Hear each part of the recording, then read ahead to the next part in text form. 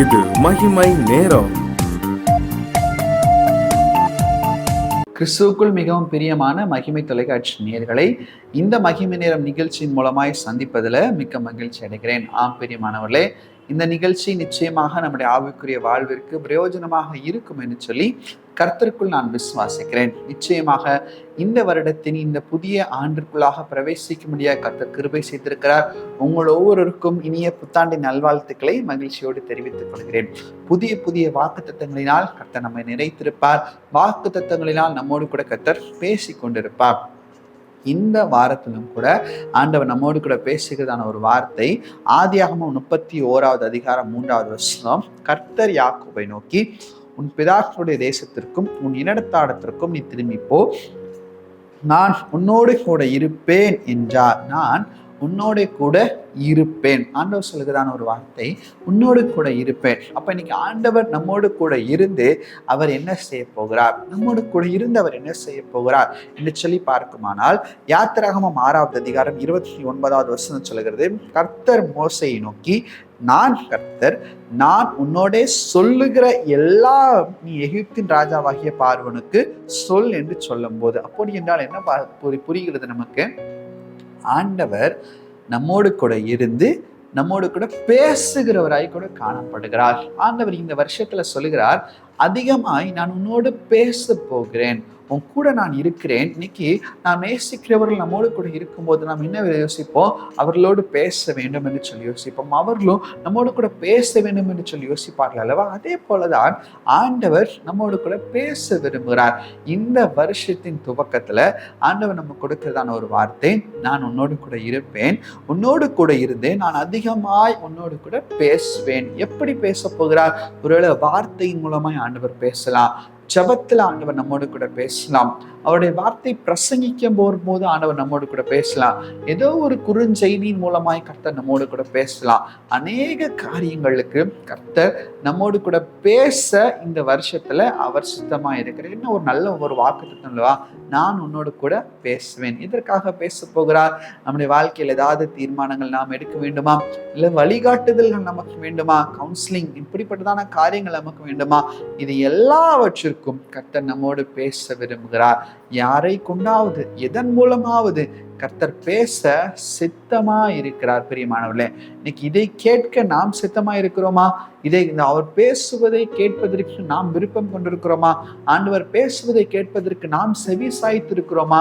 சற்று யோசித்து பார்க்க வேண்டும். ஆண்டவரே, நேர் பேசுக்குதான இந்த வார்த்தையை நான் உற்சாகமாய் கேட்கிறேன் என்கிறதான ஒரு வாஞ்சை விருப்பம் நமக்கு இருக்க வேண்டும். யாத்திராகமம் 25வது அதிகாரம் 22வது வசனம் சொல்லுகிறது, அங்கே நான் உன்னை சந்திப்பேன், கிருபாசனத்தின் மீதிலும் சாட்சி பெட்டியின் மேல் நிற்கும் 2 கேருபீன்கள் நடுவிலும் இருந்து நான் இஸ்ரவேல் புத்திரருக்காக உனக்கு கற்பிக்க போகிறவைகளை எல்லாம் உன்னோடே சொல்லுவேன் என்று சொல்லுகிறார். உனக்கு என்னென்ன காரியங்களை குறித்து நான் பேச சித்தமாயிருக்கிறேனோ, கிருபாசன தண்டையிலிருந்து ஆலயத்துல உட்கார்ந்திருக்கும் போது, நீ வேதத்தை வாசிக்கும் போது, நீ என்னோடு கூட ஜெபிக்கும் போது, என்னை நோக்கி பார்க்கும் போது, எல்லா சூழ்நிலைகளிலும் நான் உன்னோடு பேசுவேன் என்று சொல்லி ஆண்டவர் சொல்லுகிறார். அவருடைய வார்த்தை தத்ரூபமாய் நமக்கு வெளிப்படும். அப்போ இன்னைக்கு நிறைய நேரத்துல ஒரு டெசிஷன் நம்ம எடுக்கிறோம், ஒரு தீர்மானம் எடுக்கும் போது நமக்கு ஒரு குழப்பம் இருக்கும். இதை செய்யலாமா, இதை செய்யக்கூடாதா, இது நமக்கு வேண்டுமா வேண்டாவா என்று சொல்லி ஒரு தீர்மானம் எடுக்கும்போது ஒரு குழப்பம் இருக்கும் அல்லவா? இந்த குழப்பத்துல நாம் வெளியே வர வேண்டுமானால் நம்மை உண்டாக்கிய அந்த தேவனுடைய சத்தத்தை நாம் கேட்க வேண்டும். இது எனக்காகனதா, இதை நான் செய்ய வேண்டுமா என்கிறதான ஒரு தீர்மானத்தை நாம் எடுக்கும்போது நம்மை உண்டாக்கிய அந்த தேவனிடத்திலிருந்து வருகிறதான சத்தம் அதை நமக்கு தெளிவுபடுத்தி கொடுக்கும். பிரியமானவர்களே, அப்ப இன்னைக்கு கர்த்தர் நம்மோடு கூட பேசுகிறார், அவர் நம்மோடு கூட இடைப்படுகிறார். இதெல்லாம் எப்போது நடக்கும்? நிச்சயமாக அவருடைய சத்தத்தை நாம் கேட்கிறது போது அதெல்லாம் நடக்கும். என்னாகமம் 11வது அதிகாரம் 7வது வசனத்தில் கூட நாம் வாசிக்கிறோம். என்னாகமம் 11:7, என்னாகமம் 11வது அதிகாரம் 17வது வசனம், அப்பொழுது நான் இறங்கி வந்து அங்கே உன்னோடு பேசி, நீ ஒருவன் மாத்திரம் ஜனங்களின் பாரத்தை சுமக்காமல் உன்னோட கூட அவர்களும் அதை சுமப்பதற்கு உன்மேல் இருக்கிற ஆவியை அவர்கள் மேலும் வைப்பேன். எப்படி சொல்லுகிறார்? அப்பொழுது நான் இறங்கி வந்து அங்கே உன்னோடு பேசுவேன். அப்படி என்றால் என்ன? அவர் கர்த்தராய் இருக்கிறார், அவர் கடவுளாய் இருக்கிறார்.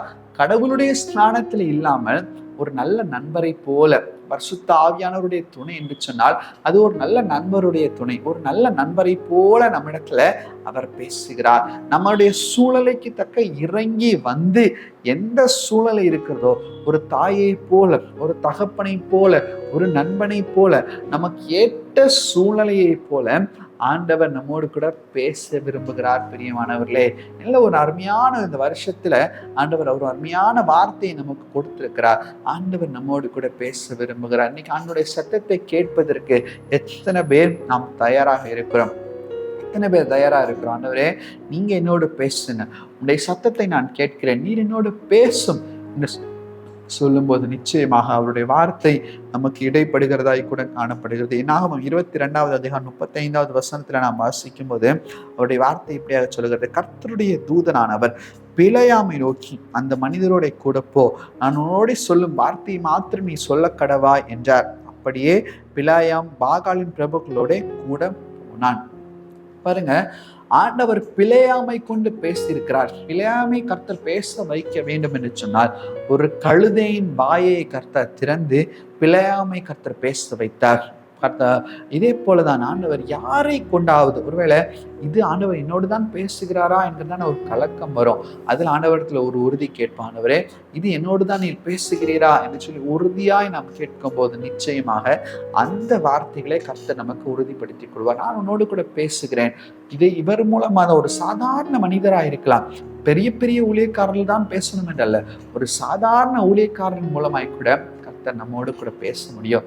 எனவே இந்த வருஷத்துல அவருடைய வார்த்தைகளை கேட்பதற்கு நம்முடைய செவிகள் திறந்ததாய் காணப்பட வேண்டும், நம்முடைய செவிகள் திறந்ததாய் இருக்க வேண்டும். அது மாத்திரமல்ல, அவருடைய வார்த்தைகளை கேட்பதற்கு நம்முடைய இருதயம் பக்குவப்பட்டதாய் இனிமையான அந்த வார்த்தைகள், ஒருவேளை அது வார்த்தை கடினமான வார்த்தையே கூட வரல, எந்த சூழ்நிலை வார்த்தைகள் வந்தாலும் அதை ஏற்றுக்கொள்ளத்தக்கதான ஒரு மனப்பக்குவம் நமக்கு வேண்டும் என்று சொல்லிதான் கர்த்தர் எதிர்பார்க்கிறார். பிரியமானவர்களே, அப்போ இவை எல்லாவற்றையும் ஆண்டவர் சொல்லியிருக்கிறார். இதுல முக்கியமான ஒன்றை கர்த்தர் செய்யும்படியாக சொல்கிறார். என்ன என்று சொன்னால், எரேமியாவின் புஸ்தகம் 30வது அதிகாரம் 2வது வசனத்தை வாசிப்போமானால், இஸ்ரவேலின் தேவனாகிய கர்த்தர் சொல்லுகிறது என்னவென்றால், நான் உன்னோடே சொன்ன எல்லா வார்த்தைகளையும் ஒரு புஸ்தகத்திலே எழுதிக்கொள்.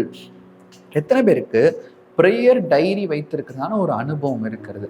எத்தனை பேருக்கு பைபிள் டைரி வைத்திருக்கிறதான ஒரு அனுபவம் இருக்கிறது? ஆண்டவர் உங்களிடத்துல பேசுகிறதான காரியத்தை, ஆண்டவர் உங்களோடு கூட சொல்லுகிறதான காரியத்தை எழுதி வைக்கணும். ஒருவேளை சொப்பனத்துல உங்கள்கிட்ட பேசலாம், இல்லை தரிசனத்துல பேசலாம், வார்த்தையின் மூலமாய் பேசலாம். எந்த காரியமா இருந்தாலும் அதை எழுதி வைத்து அதற்காக ஜெபிக்க வேண்டும். ஒருவேளை அது வாக்குத்தத்தமான வார்த்தைகளாக இருந்தால் அது நிறைவேறும் போது அதற்காக ஜெபிக்க வேண்டும், அதற்காக நன்றி செலுத்த வேண்டும்.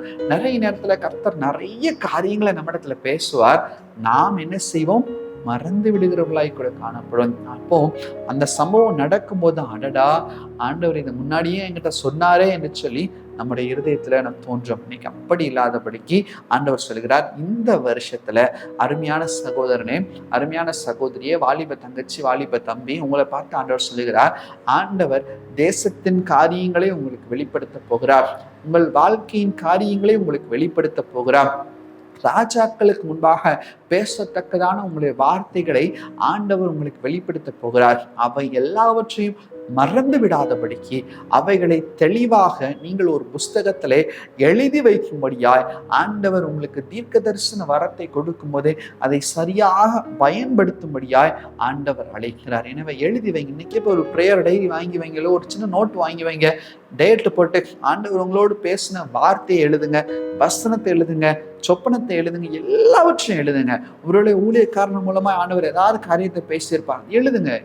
எழுதும் போதுதான் அதை திரும்ப ஞாபகப்படுத்தி பார்க்கும் போதும் ஆண்டவர் உங்கள் வாழ்க்கையில் செய்த நன்மைகளை நீங்கள் உணர்ந்து கொள்ள முடியும். இந்த வருஷத்தின் துவக்கத்துல நான் இந்த காரியத்தை குறித்து பேசுறேன். இந்த வருஷத்தின் முடிவுல எவ்வளவு தூரம் ஆண்டவர் உங்களிடத்துல பேசியிருக்கிறார் என்பதை உங்க ப்ரேயர் டைரி உங்களுக்கு சொல்லும். இந்த அந்த ப்ரேயர் டைரியை கண்டிப்பா நீங்க மெயின்டைன் பண்ணுங்க. ஆண்டவர் உறுதியா தெளிவா சொன்னார், எழுதி வைக்க சொல்ல வேண்டும். எழுதி வைக்கணும். நிச்சயமா நம்ம எழுதி வைப்போம். ஆண்டவர் பேசுகிறதான வார்த்தைகள் நமக்கு இன்பமாயும் இருக்கும், நம்மை சீர்படுத்துகிறதா இருக்கும், சரிபடுத்துகிறதா இருக்கும். அப்படிப்பட்டதான பாக்கியத்தை இதை கேட்டுக்கொண்டிருக்கிறதான ஒவ்வொரு பிள்ளைகளுக்கும் ஆண்டவர் தந்து நிறைவான ஆசீர்வாதத்தை நிறைத்து வழி நடத்துவாராக. கண்களை முடிச்செவிப்பா. எங்களை நேசிக்கிறதான நல்ல தகப்பனை, பரலோகத்தில் வாசமா இருக்கிறதான எங்கள் தெய்வமே, உம்மை நோக்கி பார்க்க கர்த்தர் செய்த கிருபைகளுக்காக நன்றி. இந்த வருடத்துல எங்களோடு கூட நீர் இருக்கிறீர் என்ற வார்த்தையை நாங்கள் தியானித்துக் கொண்டிருக்கிறோம். எங்களோடு கூட இருந்து நீர் எங்களோடு கூட பேசுகிற தேவன் என்பதை உறுதிப்படுத்தியிருக்கிறீர். நன்றி அப்பா. நீர் பேசுகிறதான வார்த்தைகளை கேட்கிறவர்களாய் மாத்திரம் இராமல் அதை எழுதி வைத்து அந்த காரியங்கள் நிறைவேறும்படியா செபிக்கிறவர்களாகவும் செபித்து நன்றி செலுத்துறவர்களாயும் எங்களை நீர் இந்த வருஷத்துல மாற்றப் போகிறீர். நன்றி அப்பா. ஒவ்வொரு வாலிப தங்கச்சி, பெரிய அம்மா, அக்கா, ஆண்டவரே அப்பா, அப்பா ஒவ்வொருவரையும் கர்த்தாவே நீர் நிறைக்கிறதற்காக நன்றி. உடைய வார்த்தையினால் நீர் பேசுகிறதற்காக நன்றி சுவாமி. ஒருவருக்கே துதிகன மகிமை எடுக்கிறோம். இப்ப நாம் இயேசுவின் ஈடுநேற்ற எங்களிடத்துல வேண்டி செபிக்கிறோம். எங்கள் ஜெபங்களும் நல்ல பிதாவே. ஆமேன், ஆமேன், ஆமேன்.